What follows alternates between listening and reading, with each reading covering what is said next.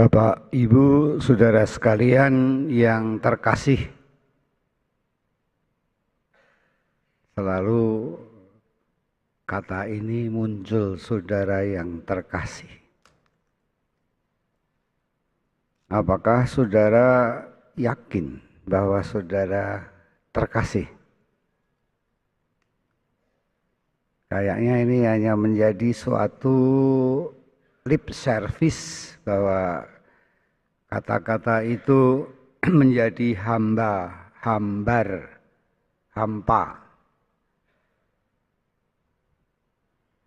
Padahal itulah yang kita rindukan. Ya, kita merindukan Tuhan berarti kita merindukan kasih Tuhan yang sempurna. Kasih yang kita rindukan. Karena Allah adalah kasih. Tuhan adalah kasih, barang siapa tinggal dalam kasih, Allah tinggal di dalam dia dan dia tinggal di dalam Allah. Itulah sesungguhnya rahasia kerinduan hati kita pada Allah, kerinduan pada kasih Allah yang sempurna. Bagaimana kasih yang sempurna adalah kasih yang tanpa syarat dan tanpa batas. Kasih yang hanya mengasihi, tidak ada kebencian, tidak ada kemarahan, tidak ada kecemburuan. Yang ada hanyalah kasih. Betapa kita merindukan bahwa kita ini tinggal dalam kasih.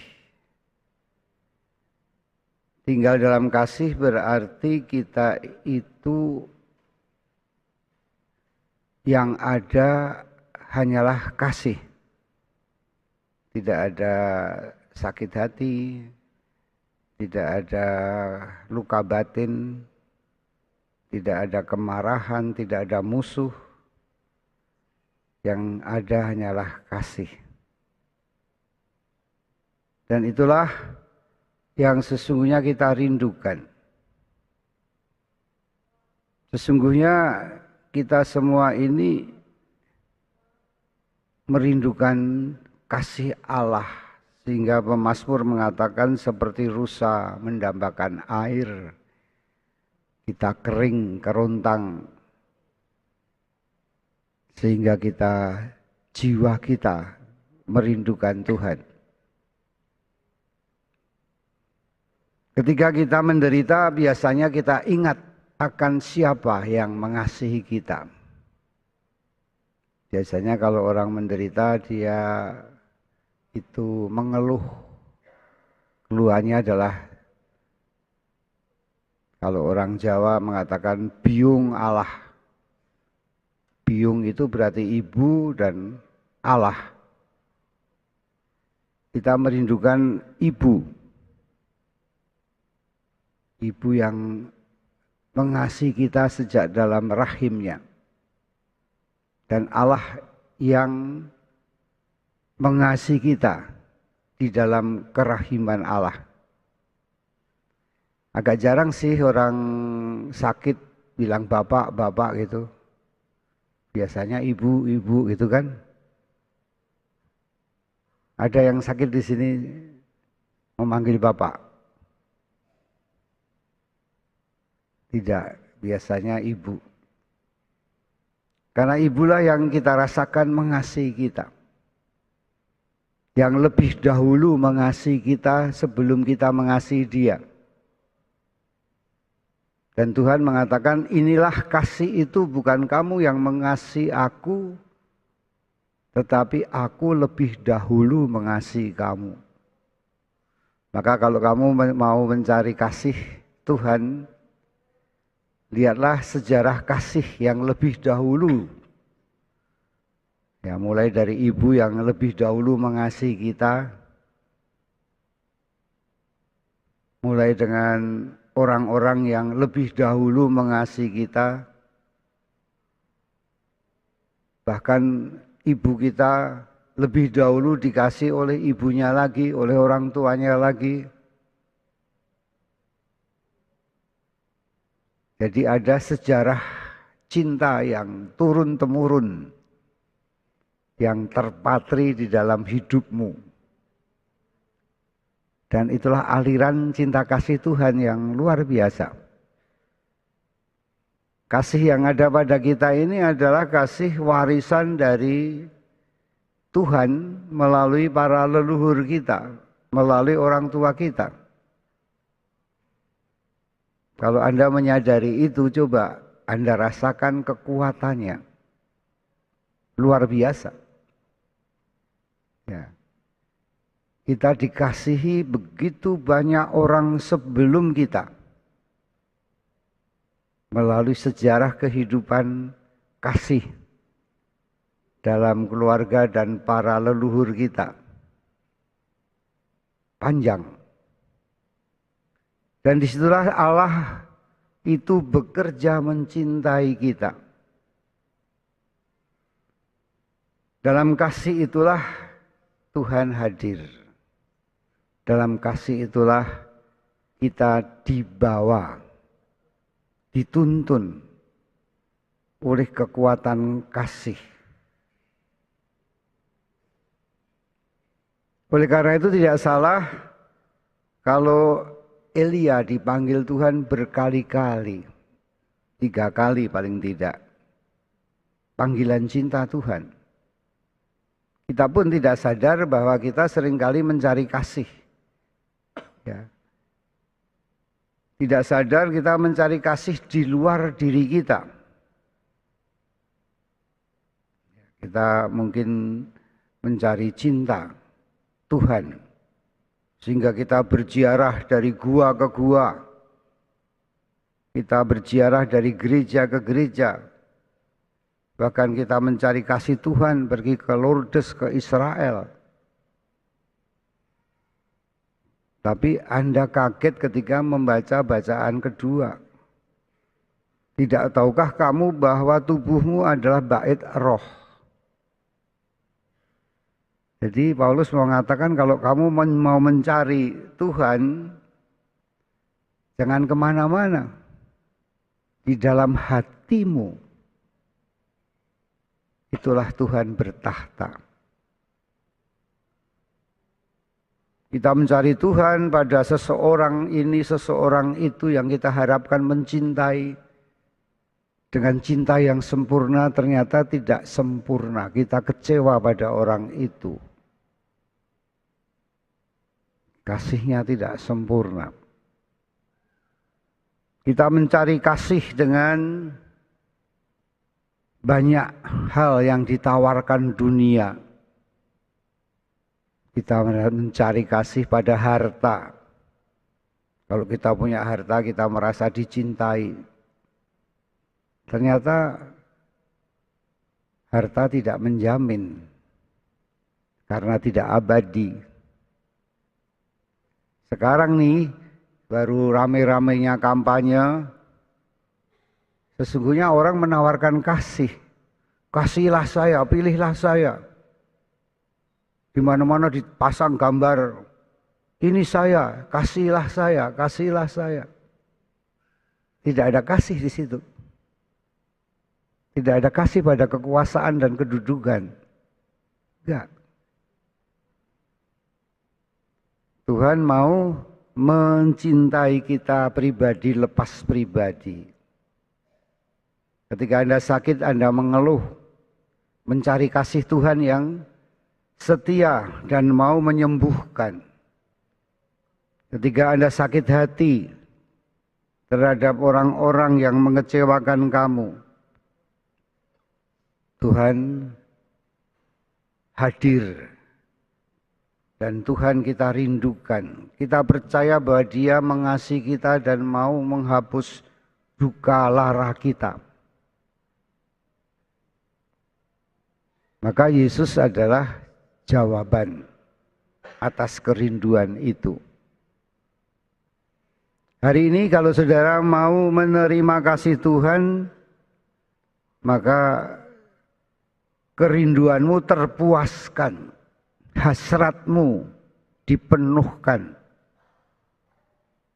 Dan itulah yang ditawarkan Tuhan. Marilah kepadaku kamu yang letih lesu dan berbeban berat, dan aku akan memberikan kelegaan. Ya. Sadarilah bahwa Tuhan lebih dahulu mencintai. Sadarilah bahwa Tuhan sudah hadir pada hatimu masing-masing. Sehingga kita kalau menyadari itu, alangkah indahnya setiap kali sebelum misa atau dalam khotbah dikatakan saudara-saudara terkasih di dalam Yesus Kristus. Aku dicintai, aku dicintai, aku dikasihi. Dan pakai lagi, terkasih. Coba Anda rasakan sapaan itu. Apakah Anda orang-orang yang masih kekurangan cinta? Ataukah Anda termasuk orang-orang yang mencari Tuhan, mencari cinta di tempat yang salah? Carilah cinta, carilah kehadiran Tuhan dan tinggallah di dalam Dia. Atau mungkin Anda tidak berdamai dengan diri Anda sendiri. Sehingga kita tidak mencintai diri kita. Masihkah Anda menyalahkan dirimu? Menyalahkan kegagalan-kegagalan yang pernah terjadi? Atau bahkan menyalahkan orang lain? Gara-gara ini, gara-gara orang tua saya begini, nasib saya begini. Marilah kita berdamai dengan diri kita. Berdamai dengan Roh Kudus yang diberikan Tuhan di dalam diri kita masing-masing. Ya, ketika Yesus dibaptis, ada kata-kata dari langit mengatakan, inilah anakku yang kukasihi. Dan ketika Anda dibaptis, sesungguhnya kata-kata Tuhan itu ada. Inilah anakku yang kukasihi. Banyak orang jatuh dalam dosa karena merasa dirinya tidak dicintai. Anak yang merasa dirinya tidak dicintai orang tuanya bisa memberontak.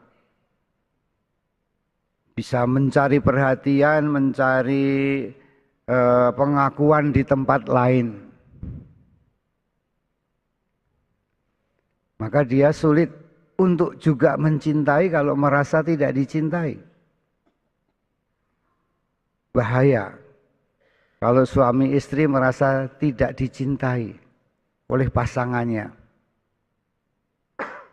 Mengapa dia berubah? Dulu sangat cinta, sekarang dia acuh tak acuh, dia kurang perhatian, dia sibuk dengan dirinya sendiri, pekerjaannya sendiri, merasa tidak dicintai. Ini bahaya. Akhirnya mencari cinta di luar suami istri, di luar keluarga. Bahaya lagi kalau kita sebagai anak-anak Allah merasa tidak dicintai Allah.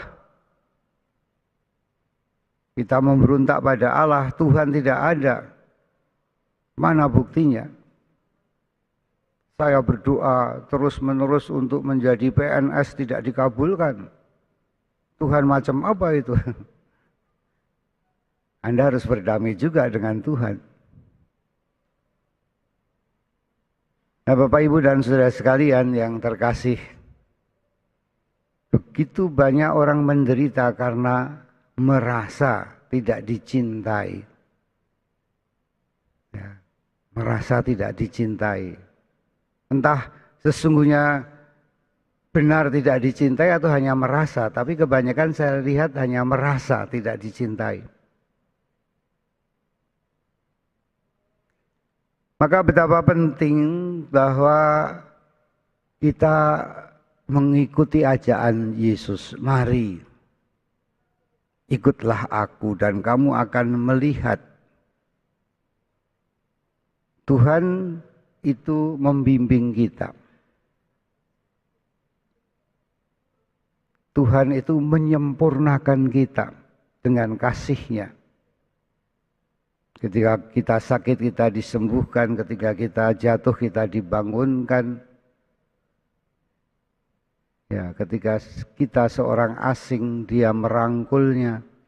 Ketika kita berdosa kita diampuninya.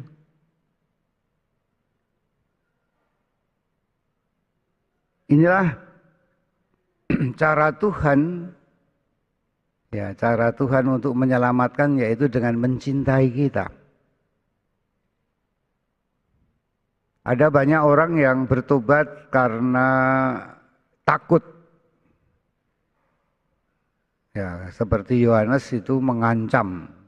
Yohanes Pembaptis, kampak sudah tersedia. Dan kalau kamu tidak bertobat, kamu akan ditebangnya.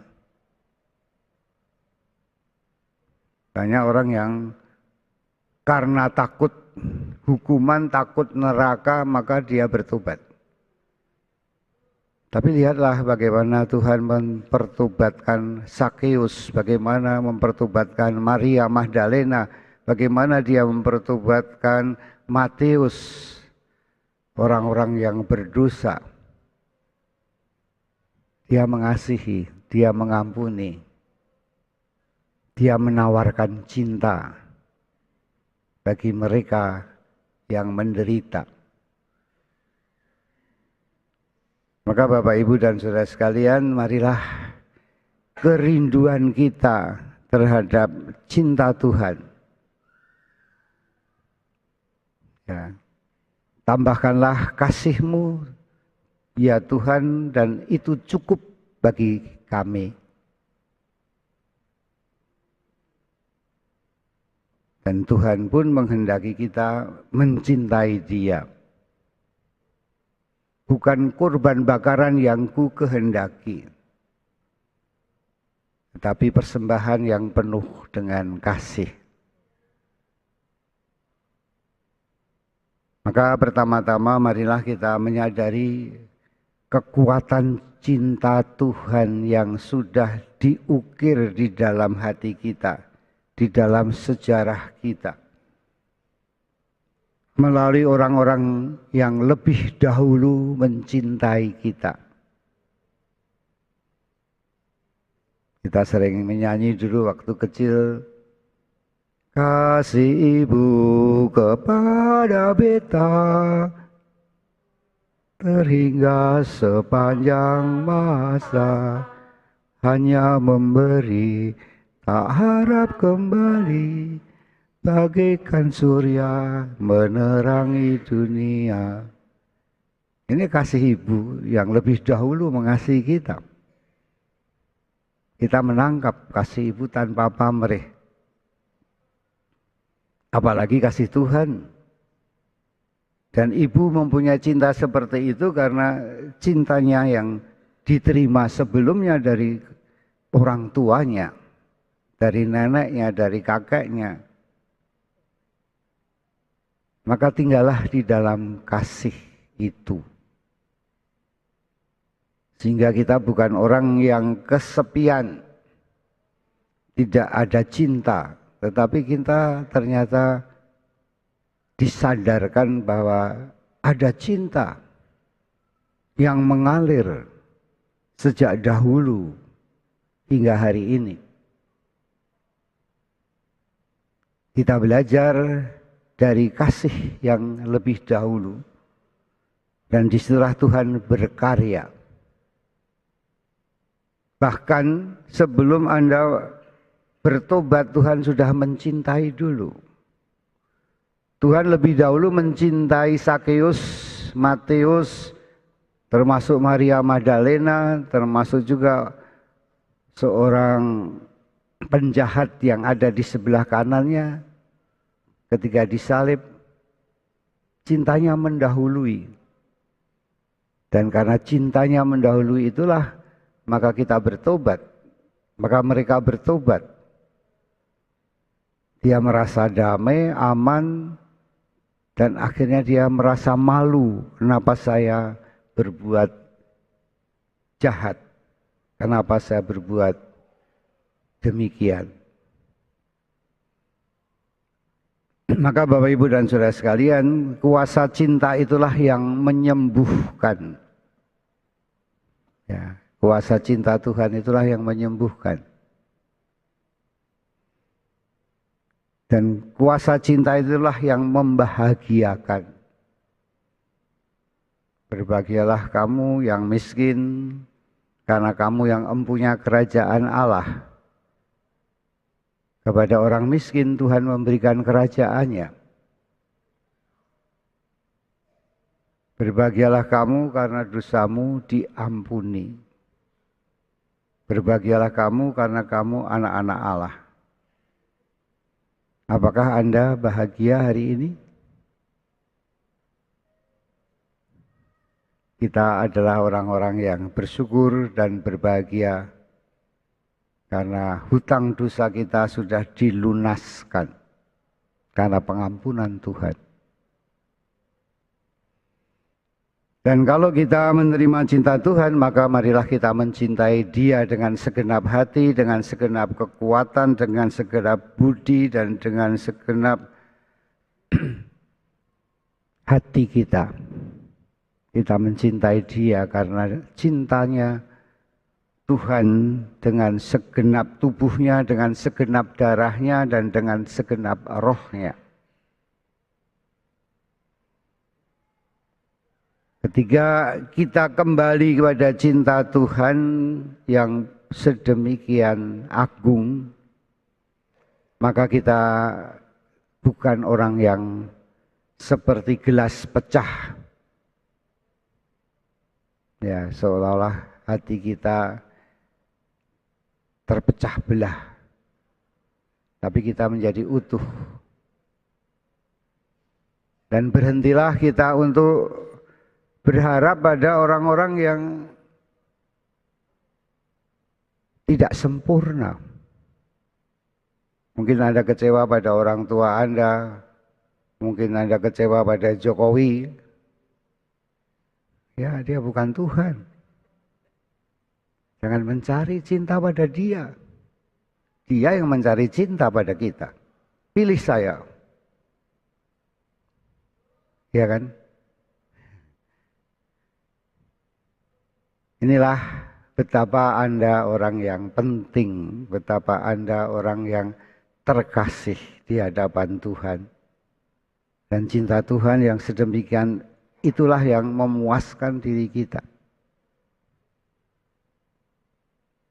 Kita berdoa, marilah kita doakan juga agar di gereja kita banyak orang yang sungguh sadar akan cinta Tuhan. Tinggal dalam kasih Kristus. Ya, sehingga dia tidak mengacaukan dunia karena marah, kecewa, merasa dirinya tidak dicinta. Alangkah bahagianya kalau di Indonesia ini banyak orang-orang yang dikasihi Tuhan, sehingga dia akan mengasihi semua orang yang menderita. Dan itulah doa-doa kita. Ya. Dan karena cinta kita kepada Tuhan, maka kita mencintai tanah air ini. Ya. Kita memaafkan para pemimpin-pemimpin yang kekurangan cinta sehingga tertipu oleh harta, sehingga korupsi. Kita doakan, kita ampuni mereka yang haus akan kekuasaan. Dia pikir kekuasaan adalah yang terpenting. Tanpa cinta kekuasaan tidak ada artinya. Dan berdoalah saudara sekalian sebelum memilih pemimpin-pemimpin itu. Entah caleg, entah presiden. Doa supaya Tuhan menggunakan kekuatan cintanya untuk memimpin kita, membimbing kita. Siapakah yang harus kita pilih? Banyak orang yang kecewa akhirnya mengatakan, saya nggak mau milih lagi siapapun. Kalau Anda kecewa, Anda tidak punya cinta. Ya. Yang Anda punyai hanyalah sakit hati. Dan betapa bahayanya orang-orang yang sakit hati akan menyakiti orang lain juga. Ya, marilah kita tinggal dalam kasih Tuhan. Sehingga apapun yang kita lakukan karena kasih Tuhan itu. Karena Tuhan mencintai, maka kita mencintai. Dan barang siapa tinggal dalam kasih, Allah dalam dia dan dia tinggal dalam Allah. Itulah mantra terus-menerus yang harus kita ucapkan. Ya, barang siapa tinggal dalam kasih, Allah tinggal dalam dia dan dia tinggal dalam Allah. Maka dia akan menjadi bait Allah di tengah dunia. Dia seperti bacaan pertama, Samuel semakin bertambah besar dan Tuhan menyertai dia. Tuhan menyertai kita. Sekarang selamanya Tuhan bersamamu dan bersama rohmu. Tuhan bersama kita semua. Karena Dia sesungguhnya tinggal di dalam hatimu. Janganlah menyerahkan tubuhmu pada dosa. Karena tubuhmu adalah kudus. Allah tinggal di dalam dirimu. Itulah sebabnya dia menjadi manusia. Supaya tinggal di tengah-tengah manusia di dalam hati kita. Marilah kita bersama berdiri menyatakan iman kita.